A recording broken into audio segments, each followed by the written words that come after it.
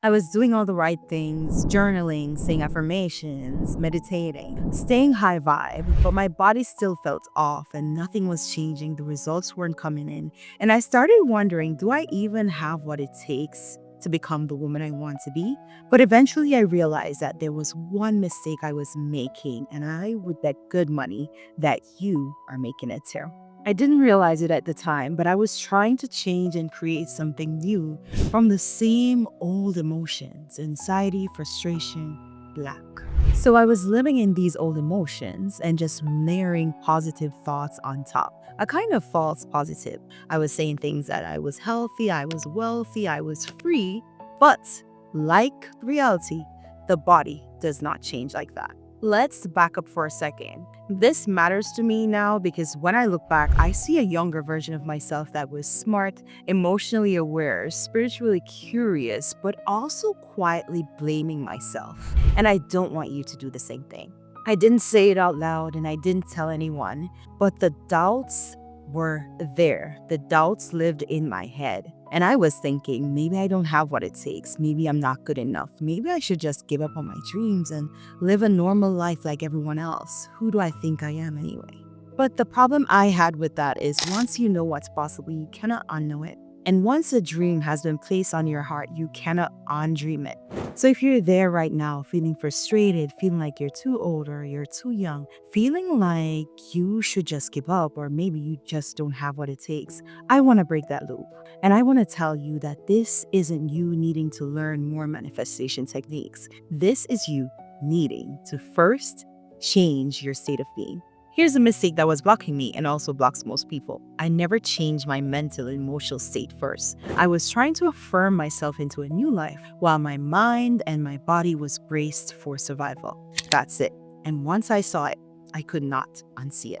Every thought creates activity in the brain. Every emotion creates changes in the body. When thoughts and emotions combine, they create a state, a way of being that we live inside of and from.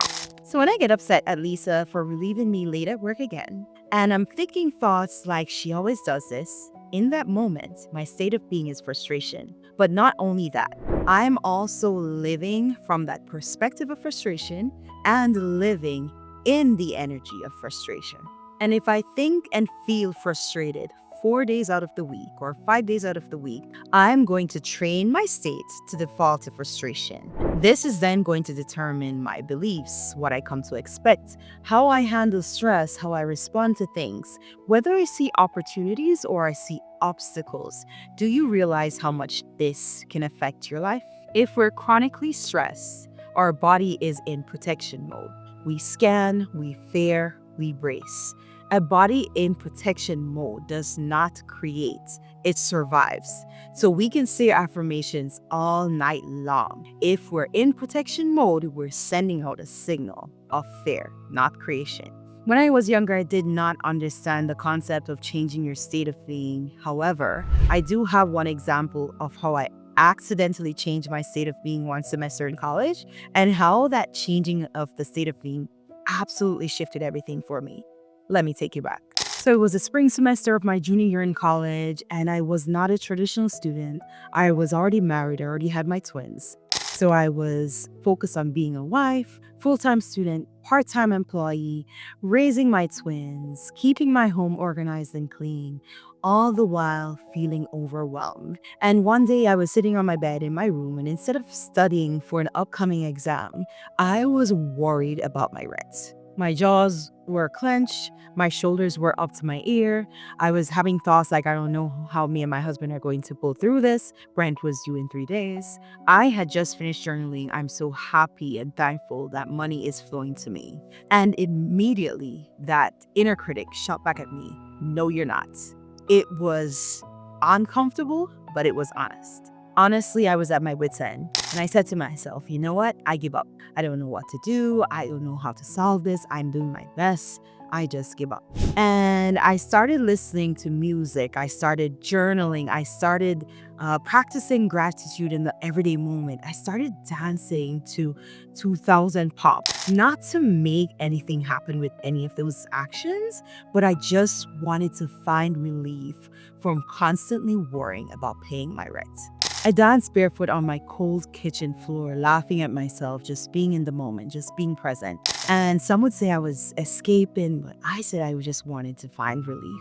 Something loosened. My body felt more relaxed, my mind was off the money, and I was in the moment and in gratitude. At the time, I was unknowingly changing my state of being. I was changing my emotions from feelings of frustration, from feelings of lack, from feelings of anxiety to feelings of gratitude. And I was changing my thoughts from, hey, how am I going to pay my rent? To simple thoughts like this music was amazing. And more importantly than that, I was staying present and in the moment. Over that semester, money and opportunities started coming in unexpectedly. Internship I did not even apply for, over $10,000 in scholarship, invitation into a fellowship program, and financial aid updates. It was beautiful. And for a long time, I called that luck. Looking back now, I see the pattern. I did not experience money and opportunities because I was pining for it, because I was in doubt, because I was in lack. I experienced abundance and opportunities and money because I became someone who did not need it to be okay. I experienced all of that because I changed my state of being from lack and need and want to abundance, into feeling good, and to gratitude. Before I shifted my state of being, I was trying to create from a state of contraction. I wasn't creating from that state that I wanted to live in my future. I was created from tension, from lack, from frustration, and that doesn't work. So manifestations isn't just about thinking better thoughts. It's about the state those thoughts are coming from and how I feel. When I feel safe and settled inside, everything opens. My perception widens, my responses are softer, my energy is open, and I see opportunities instead of obstacles. On the other hand, when I'm tense, my energy contracts. I brace, I scan, I try to control. That is not a state of creation. That is a state of protection. So when people are telling me, just stay positive, you'll get through this, it was missing the point. I didn't need to stay positive. I didn't need more positive thoughts. I needed to change my state of being. And that's what I did. So how was I staying in the old state of being? I was waking up and scanning for things that weren't working in my life. I was always thinking of the worst case scenario for what could go wrong. I was picking fights in my marriage.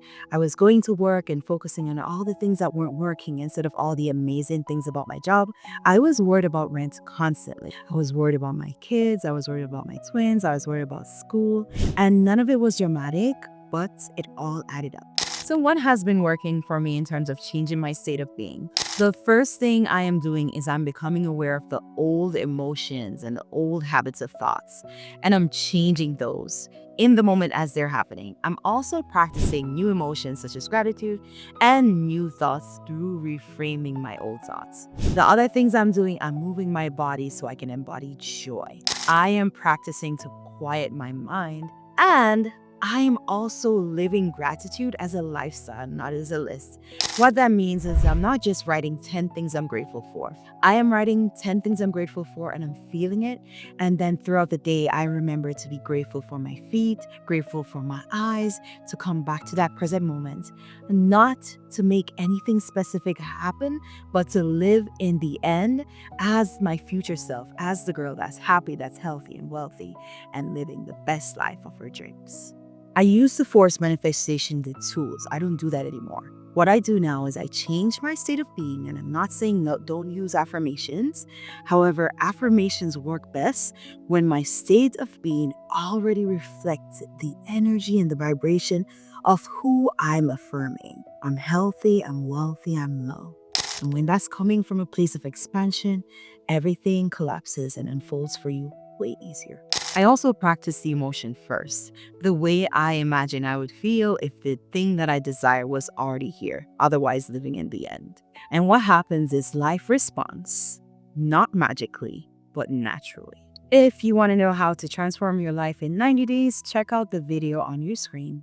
And remember, our lives don't change by magic. Our lives are changed by choice. Love you guys.